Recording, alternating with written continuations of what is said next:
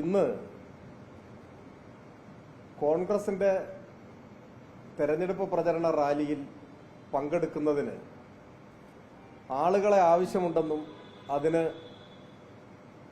പണം പ്രതിഫലമായി നൽകും, പണവും ഭക്ഷണവും പ്രതിഫലമായിട്ട് നൽകുമെന്നുമുള്ള നിലയ്ക്ക് ഒരു പരസ്യം പ്രത്യക്ഷപ്പെടുകയും അല്പസമയത്തിനകം ആ പരസ്യം പിൻവലിക്കപ്പെടുകയും ചെയ്തത് സംബന്ധിച്ച് ഒരു വാർത്ത ചില മാധ്യമങ്ങൾ പുറത്തുവിടുകയുണ്ടായി.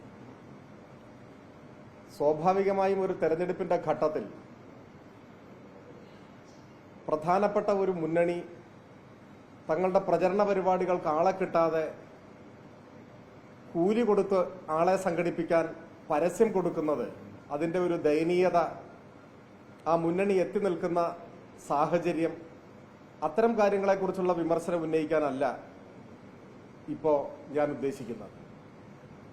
മറിച്ച് കേരളത്തിൽ ഏതെങ്കിലും ഒരു മണ്ഡലത്തിൽ മാത്രമല്ല, അങ്ങോളം ഇങ്ങോളം വൻതോതിൽ പണം ചെലവഴിച്ചുകൊണ്ടാണ് UDF പ്രചരണ പരിപാടികൾ മുൻപോട്ട് കൊണ്ടുപോകുന്നത്. ജാഥയിലോ പരിപാടികളിലോ പങ്കെടുക്കുന്നവർക്ക് പ്രതിഫലം നൽകുന്നതുൾപ്പെടെ, ദിവസക്കൂലി നൽകുന്നതുൾപ്പെടെ വൻതോതിൽ പണം ചെലവഴിക്കുകയാണ്. മുൻപൊരിക്കലും കണ്ടിട്ടില്ലാത്ത വിധം പണം പമ്പ് ചെയ്യുന്ന ഒരു തെരഞ്ഞെടുപ്പായി ഈ തെരഞ്ഞെടുപ്പിനെ മാറ്റി തീർക്കാനാണ് UDFന്റെ നേതൃത്വം ശ്രമിച്ചുകൊണ്ടിരിക്കുന്നത്. എവിടെ നിന്നാണ് ഇതിന് അളവറ്റ കോടികൾ എന്നാണ്. ഓരോ ദിവസവും തെരഞ്ഞെടുപ്പ് പ്രവർത്തനത്തിനായി കോടികളാണ് ചെലവഴിച്ചുകൊണ്ടിരിക്കുന്നത്. അതിന്റെ വളരെ കൗതുകകരമാർന്ന ഒരു വാർത്തയാണ് പരസ്യത്തിന്റെ രൂപത്തിൽ ഇപ്പോൾ വന്നത്. ഒരു റാലിക്ക് ആളെ പങ്കെടുപ്പിക്കാൻ പണം ഓഫർ ചെയ്തുകൊണ്ട് പരസ്യം തന്നെ കൊടുക്കുക, അത് വിവാദമാകുമെന്ന് കാണുമ്പോൾ പിൻവലിക്കുക. ഇപ്പോ നമുക്ക് മനസ്സിലാക്കാൻ കഴിയുന്നത്, വയനാട് ദുരന്ത സമയത്ത് പിരിച്ച പണം, അതിപ്പോ ഈ ദിവസങ്ങളിലെല്ലാം ചർച്ച ചെയ്തുകൊണ്ടിരിക്കുന്നതാണ്. ആ പണം തെരഞ്ഞെടുപ്പ് പ്രചരണത്തിന് വേണ്ടി ചെലവഴിക്കുന്നു എന്ന വിമർശനമാണ് ഉയർന്നു വരുന്നത്. വയനാട് ദുരന്തം കേരളത്തിന്റെ സമീപ ഭൂതകാല ചരിത്രത്തിലെ ഏറ്റവും വലിയ ദുരന്തമാണ്, വൻ ദുരന്തം. എല്ലാ മലയാളികളെയും കരയിപ്പിച്ച വൻ ദുരന്തമാണ് ഉണ്ടായത്. കണ്ണടച്ചു തുറക്കുന്ന നിമിഷത്തിനിടയിൽ ഒരു ഭൂപ്രദേശം ഇല്ലാതെയായി. നൂറുകണക്കിന് മനുഷ്യർ ഇരകളാക്കപ്പെട്ടു. ചതഞ്ഞരഞ്ഞ മൃതശരീരങ്ങൾ, ശരീരഭാഗങ്ങൾ ചാലിയാർ പുഴയിലൂടെ അനാഥമായി ഒഴുകുന്നതിന് നമ്മൾ സാക്ഷ്യം വഹിച്ചു. നമ്മുടെ നാട് കണ്ണീരണിഞ്ഞ ദുരന്തമായിരുന്നു. ആ ദുരന്തത്തിനിരയായവരിൽ പലരുടെയും മൃതശരീരം പോലും ഇപ്പോഴും കിട്ടിയിട്ടില്ല.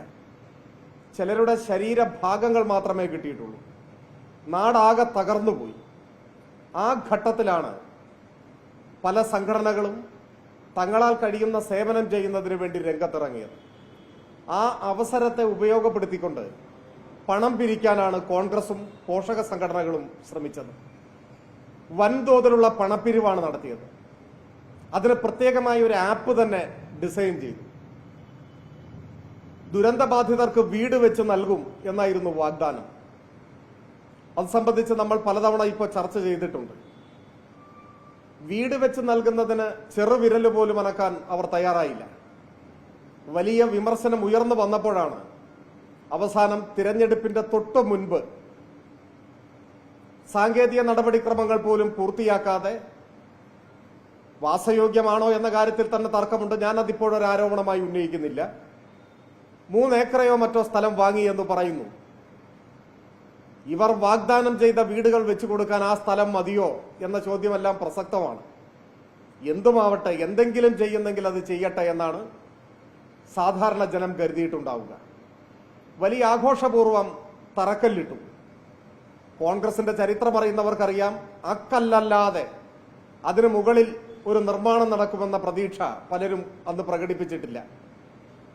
എന്നാൽ പ്രതിപക്ഷ നേതാവ് അസന്നിഗ്ധമായി അന്ന് പറഞ്ഞത് 10 ദിവസം കൊണ്ട് നിർമ്മാണം പൂർത്തിയാവുമെന്നാണ്.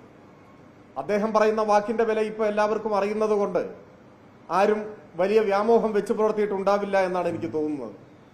എന്നാൽ ഇന്നലെ അദ്ദേഹം പറയുന്നു, അവിടെ പണി തുടങ്ങി. അദ്ദേഹം പറയുകയാണ്. എങ്ങനെ ഒരു രാഷ്ട്രീയ നേതാവിന് ഇങ്ങനെ പറയാനാവുന്നു എന്നതാണ് പ്രധാനം. അവിടെ സ്ഥലത്ത് പോയി ചില മാധ്യമങ്ങൾ റിപ്പോർട്ട് ചെയ്തിട്ടുണ്ട്. ഒരു പണിയും തുടങ്ങിയിട്ടില്ലെന്ന് മാത്രമല്ല, കെട്ടിട നിർമ്മാണത്തിന് അനുമതി തേടിക്കൊണ്ടൊരു അപേക്ഷ പോലും തദ്ദേശ സ്ഥാപനത്തിന്റെ മുൻപാകെ വന്നിട്ടില്ല എന്നും റിപ്പോർട്ട് ചെയ്യപ്പെടുന്നു. ഒരു കെട്ടിടം കേരളത്തിൽ നിർമ്മിക്കണമെങ്കിൽ അതിന് കെട്ടിട നിർമ്മാണ ചട്ടപ്രകാരം തദ്ദേശ സ്ഥാപനത്തിൽ നിന്നും അനുമതി വാങ്ങണം, രേഖാമൂലമുള്ള അനുമതി വാങ്ങണം.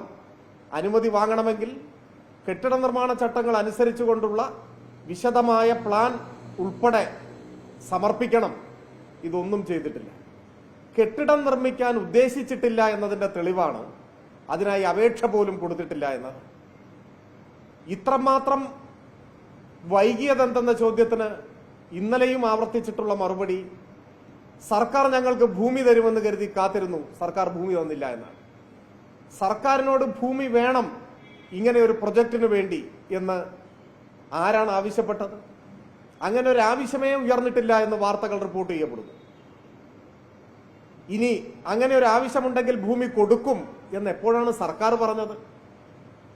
ഭൂമി കൊടുക്കാമെന്ന് സർക്കാർ പറഞ്ഞിട്ടില്ല, ഭൂമി വേണമെന്നാരും ആവശ്യപ്പെട്ടിട്ടുമില്ല. ഇല്ലാത്ത കാര്യങ്ങൾ ന്യായമായി ഉന്നയിക്കുകയാണ്, വൈകിയതിന് ന്യായം കണ്ടെത്തുകയാണ്, തുടങ്ങാത്ത പണി തുടങ്ങി എന്ന് കള്ളം പറയുകയാണ്. ഞാനിവിടെ അതിനെ വിമർശിക്കാനല്ല ഉദ്ദേശിച്ചത്. നാടിനെ നടുക്കിയ ഒരു മഹാദുരന്തം, ഇന്ന് വരെ നാം കേട്ടിട്ടില്ലാത്ത വൻ ദുരന്തം, നമ്മുടെ കൂടപ്പിറപ്പുകളായ മനുഷ്യർ കൊല്ലപ്പെട്ട, ഒരു നാടാകെ തകർന്നു പോയ, നാട് വിറങ്ങലിച്ചു പോയ ഒരു ദുരന്തം. ആ ദുരന്തത്തെ അവസരമാക്കി കണ്ട് പണം പിരിച്ച് അത് മോഷ്ടിക്കുക എത്ര മനുഷ്യത്വരഹിതമായൊരു കാര്യമാണത്. വിക്ടർ ഹ്യൂഗോവിന്റെ പാവങ്ങൾ എന്ന നോവലിൽ ഒരു കഥാപാത്രമുണ്ട്, തെനാർദിയർ എന്ന് പറയുന്നൊരു കഥാപാത്രം. ആ കഥാപാത്രം ലോകത്തിലെ എല്ലാ ക്രൂരതയുടെയും പ്രതീകമെന്ന പോലെ ആവിഷ്കരിക്കപ്പെട്ട ഒരു കഥാപാത്രമാണ്. സാധാരണഗതിയിൽ ഒരു മനുഷ്യൻ ചെയ്യാൻ മടിക്കുന്ന എന്തു നീച കൃത്യവും ചെയ്യാൻ മടിയില്ലാത്ത ഒരു മനുഷ്യരൂപമുള്ള കഥാപാത്രം. ആ കഥാപാത്രത്തിന്റെ നീചമായ മനസ്സ് വായനക്കാരിലേക്ക് പകർന്നു നൽകാൻ ഹ്യൂഗോ കണ്ടെത്തിയ ഉപായം, അയാളുടെ നീചകൃത്യങ്ങളുടെ ആഴം വായനക്കാരന് മനസ്സിലാക്കി കൊടുക്കാൻ വേണ്ടി കൃതിയിൽ ശ്രമിച്ചതായി കാണുന്നത്, യുദ്ധത്തിലും മറ്റും പരിക്കേറ്റ് കൊല്ലപ്പെട്ട യോദ്ധാക്കൾ, അങ്ങനെ കൊല്ലപ്പെട്ട മനുഷ്യരുടെ മൃതശരീരങ്ങൾക്കടുത്തു ചെന്ന് മരണം ഉറപ്പാക്കിയ ശേഷം ആ മൃതശരീരത്തിൽ നിന്ന് മോഷ്ടിക്കാൻ പറ്റുന്നതൊക്കെ മോഷ്ടിക്കുക, ആഭരണങ്ങളും പണവും ഒക്കെ മോഷ്ടിക്കുക. അപ്പം മൃതശരീരങ്ങളിൽ നിന്ന് മോഷണം നടത്തുന്നവനാണ് ഏറ്റവും നീചൻ എന്ന സന്ദേശമാണ് ഒരുപക്ഷെ കേരളത്തിൽ തന്നെ പരിഭാഷപ്പെടുത്തപ്പെട്ട നോവലുകളിൽ, ആദ്യത്തെ നോവലുകളിൽ ഒന്നായി കണക്കാക്കപ്പെടുന്ന, മറ്റു നോവലുകളും ഉണ്ടാവും, എന്നാലും ആദ്യകാലത്തെ നോവലുകളിൽ ഒന്നായി കണക്കാക്കപ്പെടുന്ന പാവങ്ങളിലൂടെ വായനക്കാർക്ക് പകർന്നു നൽകിയത്.